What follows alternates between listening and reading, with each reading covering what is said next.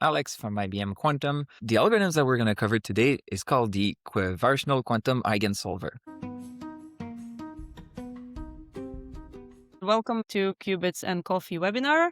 Alexandre, take it away. In the first part, I'll go over a little bit of a theory behind some of those algorithms, how quantum computers behave and how they can solve problems using these algorithms. Then we're going to jump into some code, and we're going to follow along some tutorial that you'll be able to take away and modify to solve the problem that you want. Quantum mechanics can be found at the heart of any industry because quantum mechanics is the mathematics that describes nature, so how atoms and molecules work. So if you want to design a more efficient battery, then you need chemistry, and that's governed by quantum mechanics. You can design new material to make planes more efficient, or discover new drugs or new materials that conduct electricity perfectly, like superconductors that can be used either in MRI scans or in renewable energy.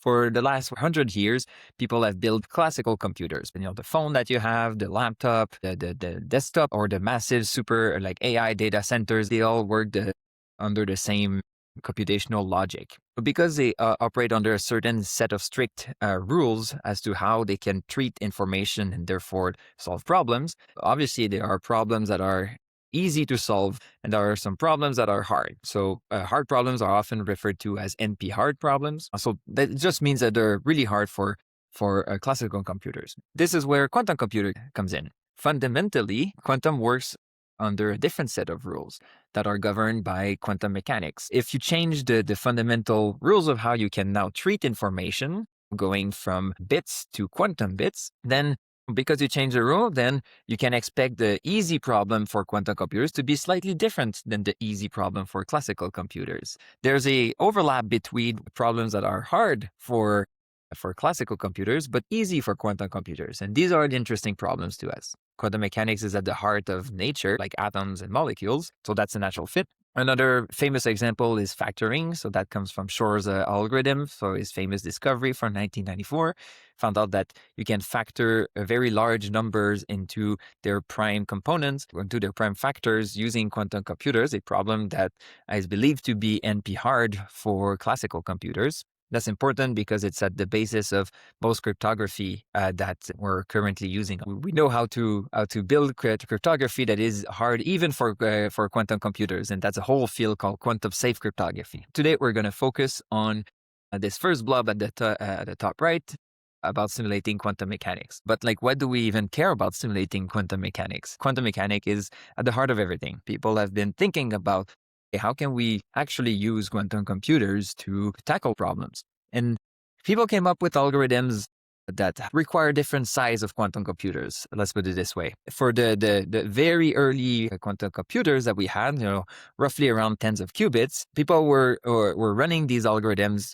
Mostly they're called variational algorithms. So two examples here are the VQE, so Variational Quantum Eigensolver, and its analog for optimization called QAOA. I believe on the channel there's a coding session with Robert Loretto talking about QAOA. So if you're interested in that algorithm, you should check out that video. And then more in the fault-tolerant region. So this is kind of the next generation of quantum computer, which should come by the end of the decade. Now we're going to have qubits that are a lot more reliable, less governed by noise, meaning that the size of the computation that you'll be able to do will greatly increase. And that will allow you to run algorithms like quantum phase estimation, which solves a very important problem in simulating quantum mechanics, or algorithms like Shor that I just mentioned, Grover search, and HHL.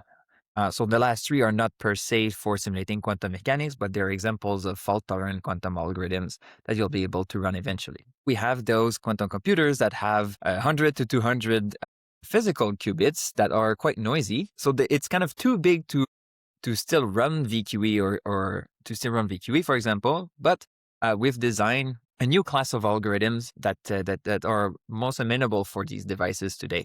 So example of those are like sample-based quantum diagonalization, SQD, Krylov quantum diagonalization, or sample-based Krylov quantum diagonalization, SKQD. I'll mention a little bit how SQD works by the end. And today we're going to focus on VQE. VQE dates from 2013 and 2014. It was introduced by this group here, and then QAOA came a year later. So already it's more than a decade ago that these algorithms came along. Well, since then, they really shaped an entire field of quantum computational scientists that were trying to find how can these algorithms be applied to different areas. Examples of them are in chemistry or condensed matter physics, like materials, so finding ground state. That's what we're going to talk about today. QAOA more in combinatorial optimization, and also the early quantum machine learning algorithms. And there have been improvement on all these algorithms. And so over the years, people have started to understand these algorithms a lot better. And now we know that there are some strengths and some challenges with these algorithms. The strengths and what motivated the whole field to study them is that, well, they're near-term implementable, as you'll see, because the circuits that they generally concern can run on near-term hardware. They have a built-in resiliency to noise by the fact that they're variational in nature. So a little bit of noise in the qubits, if it's consistent, kind of shot after shot, should not hinder too much the results. They're also quite flexible in the sense that if you design one algorithm, you can somewhat easily adapt it to other problems or other types of hardware. So it's kind of one algorithm to rule them all. And also they're hybrid in nature. So they use both a classical and a quantum computer, meaning that the labor is kind of divided between both. So we don't necessarily need to use a quantum computer to do every step of the algorithm. And I think the most important one is that they're quite intuitive in nature. So that said, there are some challenges. They have no convergence guarantees, meaning that they give you an answer at the end, and it's impossible for you to verify that you have the right answer per se. And the algorithm might just stop in claiming that it converged to somewhere, but you don't know if it converged to the right answer or not. Depending on the structure of the problem, they might have some very unreliable trainability. That's a problem referred to as the Baron-Plato's problem, meaning that the algorithm might be stuck in some in some region or just gets stuck and cannot converge any further. Also, they're hard to scale, so especially in the chemistry side of things. So for VQE, as the molecules grow bigger, they require more and more measurements to be performed on the quantum computer, up to an unmanageable amount or an amount that would just kill any advantage you might get from a quantum algorithm to begin with. Also, they rely a lot on a classical optimizer, and that can often be the bottleneck because it's often an unstructured optimization that you need to solve. And although there has been some improvement on the algorithm tackling a different problem than the ground state problem, they're often limited to simply getting you the ground state in the chemistry space. As you'll see, it's an important problem, but it's not the end of the story. If you want to have something that's physically relevant, you need to compute things that are beyond just the ground state. Despite all these challenges, why is it relevant to study VQE today? As I said, they're hybrid algorithms. So they use both classical and quantum computers. We believe that the future is hybrid. Like in the future, you won't be doing quantum computing. You will be doing supercomputing, which will include components of quantum and classical. And also, they tackle a fundamental problem in quantum mechanics. So the problem of finding a ground state. They are quite intuitive, and they really teach you how you can map, physical problems to quantum circuits or to qubits. So that's also a key element that you'll find in most algorithms. So what are those algorithms? The motivation is really is that ground state calculation are fundamental for predicting properties of molecule and materials. And also it's as generally a very hard problem to solve classically. Actually, most of the time they're exponentially hard problem in the general case. And so why do we care about ground state problem is that, for example, in quantum chemistry, chemistry is all about energy differences. And that's what we're going to compute today. So if you're looking at the reaction mechanism in like a chemical reaction, then what you care about is the difference of energy between what you had at the beginning and the product at the end. And that turns out to be a difference between ground state energies. So there's a ground state. And then in terms of materials, ultimately, you care about what we call thermodynamical properties. So these will eventually give you things like the resistivity of a wire or its magnetism and things like that. And at the heart of it is a physical function that we call the partition function. So it's given by this equation here. And it turns out that function at temperatures where interesting physics occur is exponentially dominated by the low energy terms like the ground state term. So the goal of the algorithm is actually to find a good approximation of of the ground state. And it's governed by the variational principle, meaning that as you run the algorithm, you're going to find better and better approximation to the ground state of the problem that you're trying to solve. And the good thing is that this variational principle states that you can actually not kind of undershoot or overshoot. You cannot find a ground state that or approximation that has a lower energy than the ground state. As you run the algorithm, you will see the energy of the approximation kind of go down periodically, and eventually will saturate to a certain value, but it will never saturate to an energy that's below the ground state energy. So what it means is that as you run the algorithm, the lower the better. You don't need to be afraid that you're going to run it for too long or that you're going to overshoot. And kind of the principle, and that's one intuition I want you to take away, is that the ground state ultimately is an exponentially large object. So it's something that you cannot store on a classical computer in the general case. And so what you do is you encode this very large or exponentially large ground state that you put on the quantum computer. That's where it should live. But you encode it into a small number or a manageable number of classical parameters through what we call an ansatz. So you have a number of small, say, tunable knobs that you have to control this massive, highly complex object. It's almost as if you have like a puppet like that, and you're the puppeteer, and all you can do is you can control the little handle at the top here. So you have kind of very few controls, right? It's just this one handle that you can move in different ways. But ultimately, depending on how it's attached to the puppet, you can make it do very complex things. Depending on how well you attach the puppet to the handle, so that's how good your ansatz is, then you will be able, with the very few controls, be able to control a complex system. What is this algorithm and how does it actually work? First of all, you need to choose which problem you want to solve. So say it's a molecule, then a molecule will often be encoded into what we call a Hamiltonian. So that's a physical object that describes the molecule. But the Hamiltonian is probably not written in a language that qubits can understand. So you first need to map your Hamiltonian to something a qubit will consume.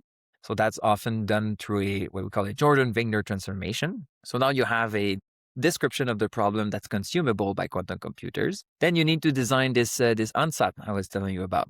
So this ansatz is actually a quantum circuit that is trainable, meaning that the value of the parameters in the quantum circuit are tunable, so they're not fixed. And that's what we're going to control with the classical computer. And then your multiple choices of ansatz here.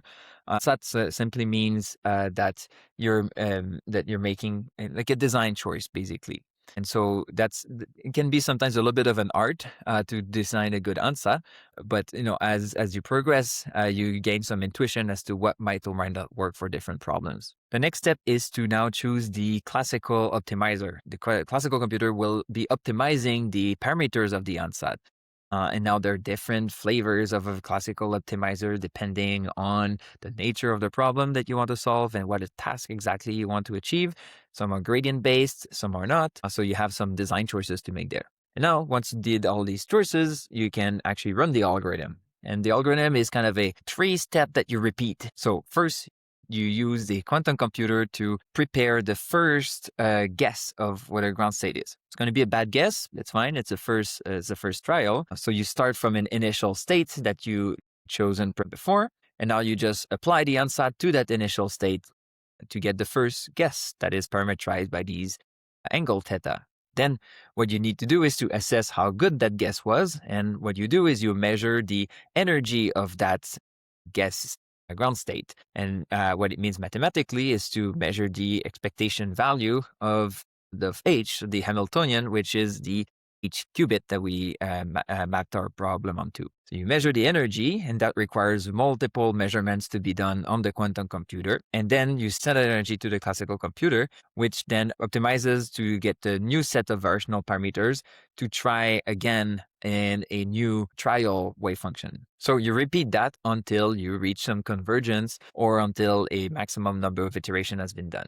Say you start from a guess or a initial state, and basically what your task is to navigate that landscape that will get you to the ground state. So you're trying to minimize the energy. So you can see this as the energy of any trial state that you might stumble onto, and then eventually you end up at the ground state. But that's kind of a nice and neat picture. In reality, your landscape might look something like this.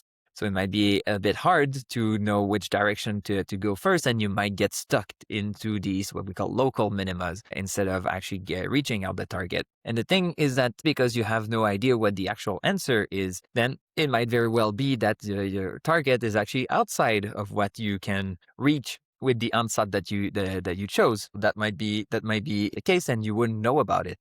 You would still navigate this landscape, get to somewhere, think you have the right answer, but you actually didn't reach it there. Where you start is given by the initial set of parameters, and then the parameterized quantum circuit or the ansatz gives you the shape of the landscape that you need to navigate, and then the classical optimizer helps you navigate that landscape.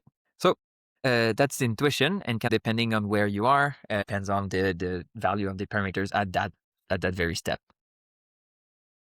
So we will head to the IBM Quantum platform, where we will be able to run a tutorial on Variational Quantum Eigensolver. It's important that eventually you create an account if you do want to have some credits to run your tutorial on real quantum hardware. You can go to the learning page, and there you're going to see many courses and tutorials. So there are many places where you can actually learn Variational Quantum Eigensolver. One of them is in the tutorial section. In the observable estimation subfolder, there's a tutorial on how to estimate ground state energy of Heisenberg chains, which is a kind of a magnetic material problem, if you will, with VQE, so you can follow along that tutorial. There's also a full course on quantum diagonalization algorithms, which has a chapter on VQE, and there's also a full course on variational algorithm design here. That one takes 8 hours, and it's a bit longer, but it gives you some credential that you can have at the end. And the one we're going to do today is this one. So this lives in the classroom modules. It has some exercises and some answers and things like that. And for all of those, you can download the notebook here. So that's exactly what I did. So I went on the modules and then to the VQE section, and then I downloaded the notebook. And I opened it into VS Code here. The goal here is to find the energy differences in the reaction of the hydrogen molecule forming. So we're going to start on one end by computing the energy of a single hydrogen atom, or the 2H1. So if we have two single hydrogen atoms that are not connected to each other, what is the energy of that? And then what is the energy of the hydrogen molecule? So when the two hydrogen atoms are connected together. All right. And so importantly, today we will not be using real quantum computers just for the sake of time, but I'll show you where exactly you can modify your code so that you actually use a real quantum computer. All right. So when you first run the code, there's a few things you need to import, like the Qiskit runtime service. So that actually will make calls to the quantum computer using these methods, so estimator, as we'll see later. And then here what you do is you create the service that we'll call the quantum computer.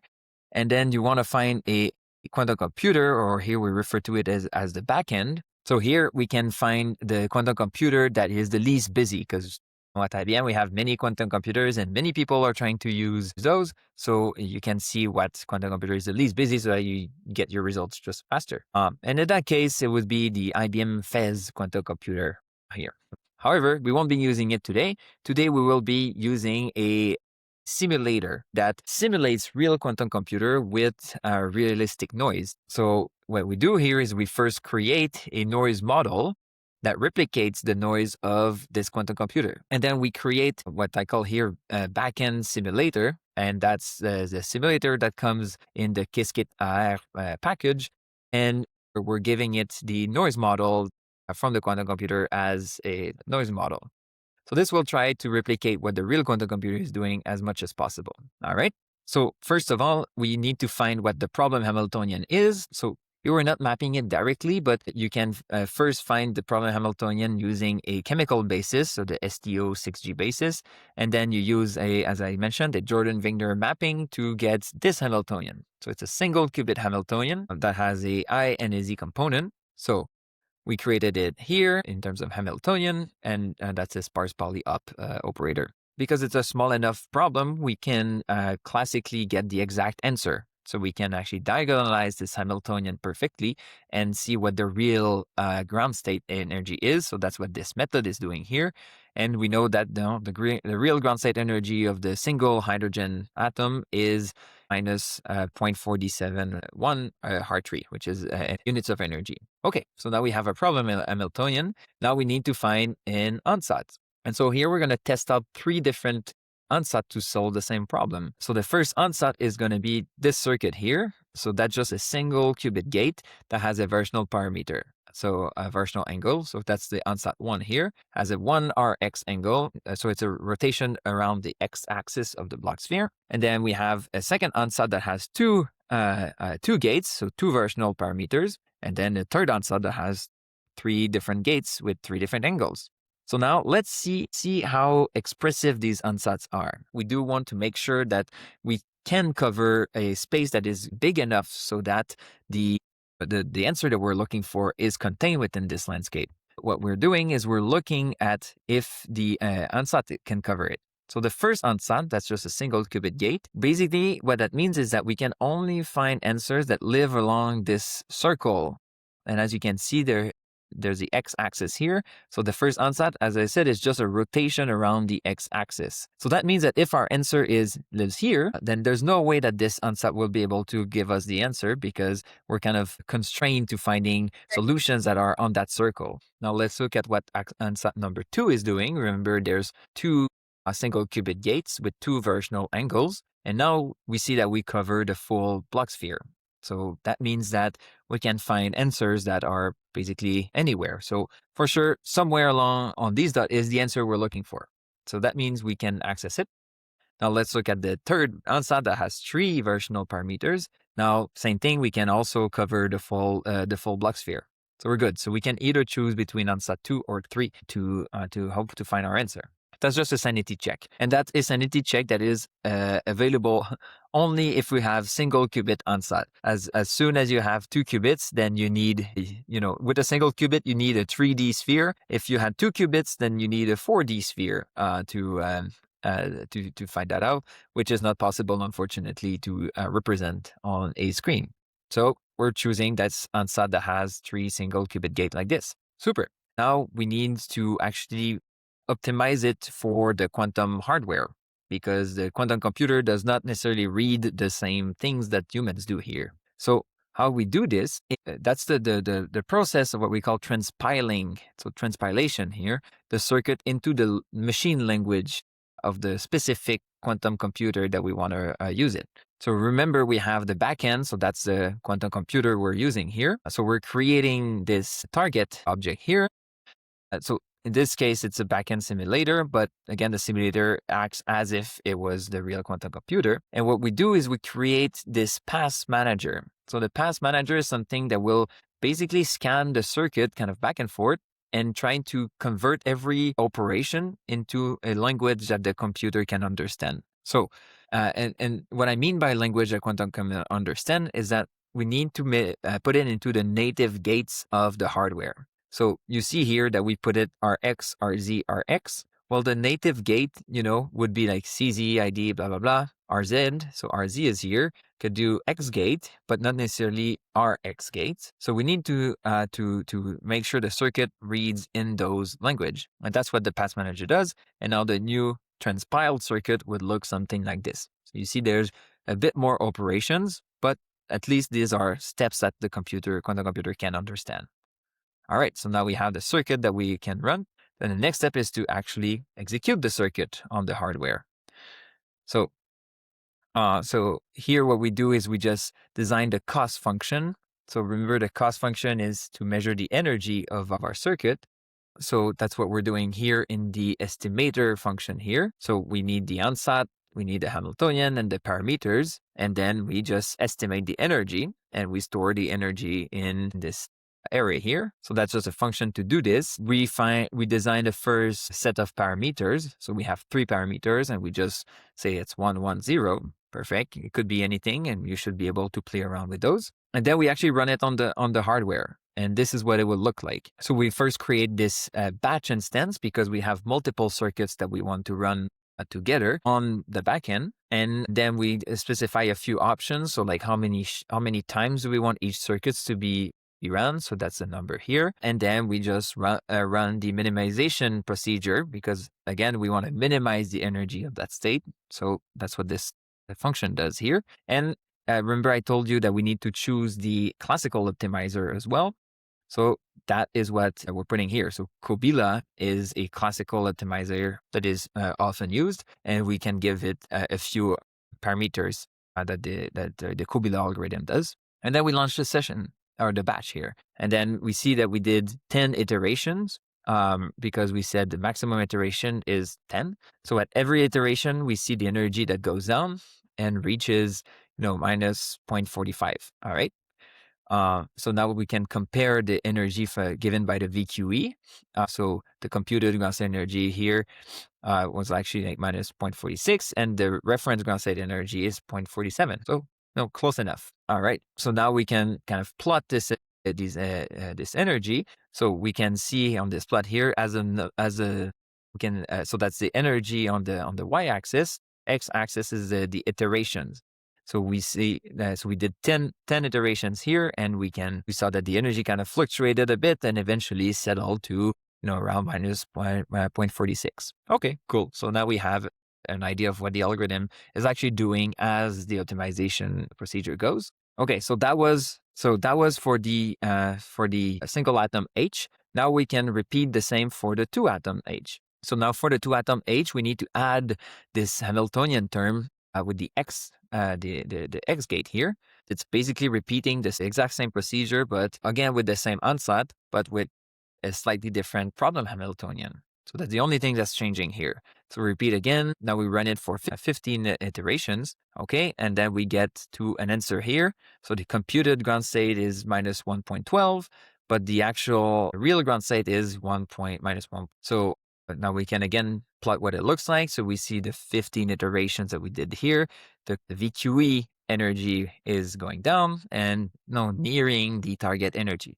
But importantly, because of the variational principle, it never goes below the target. So that's good. And then what we can do is now, as I mentioned earlier, in chemistry, it's all about energy differences. So we can look at what was the energy between H plus H and then the energy of H2. So we can do that here. And then these are just plotting functions that will give you this diagram here. So here we see we're looking at different energies. What we have in red is the energy of the H. So we have that energy here, and we see the VQE energy.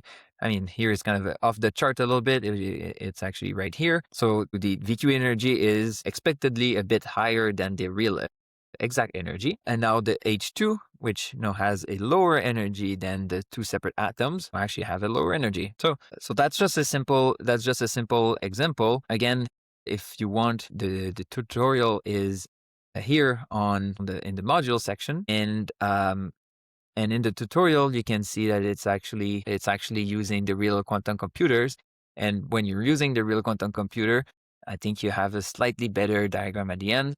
The actual energies are a bit closer to what you would expect exactly. And so once you understand that, then it's quite easy for you to go through the other examples that we can find and eventually learn new algorithms. In VQE, there are many shortcomings. So first of all, as you saw, when you first design the ansatz or the parametrized circuit, sometimes you might get to an ansatz that is not expressible enough to get to the real ground state.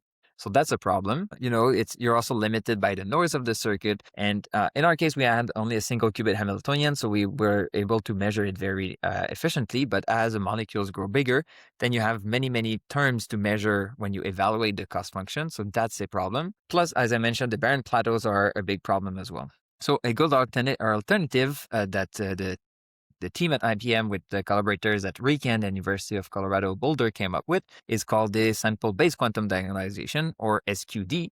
So it's also a hybrid algorithm in the sense that it uses a quantum computer to run very large quantum circuits and a more complicated post-processing subroutine on a classical computer that requires a large classical computer.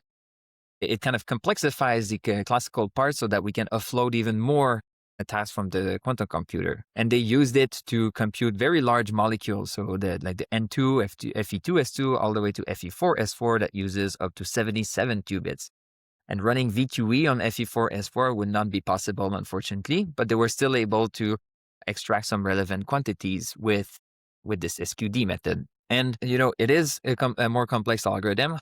It's directly available on the Qiskit add-ons page. For example, here you have the tutorial on sample-based quantum diagonalization, and you can just follow along. And it will use a lot more qubits, but you will learn exactly how this method can work. All right, with that, maybe I'll stop here. Great. Well, thank you so much, Alexander. That's really, really helpful, fantastic, useful. So I'm sure people will be able to follow along and do it on their own time. In terms of questions, for those who are watching, please do submit your questions just under the video, and we will do our best to address them. Or you can also send them to me via LinkedIn. Thank you so much, Alexander, for joining us, and thank you everyone for watching, and we'll see you next time. Have a great day.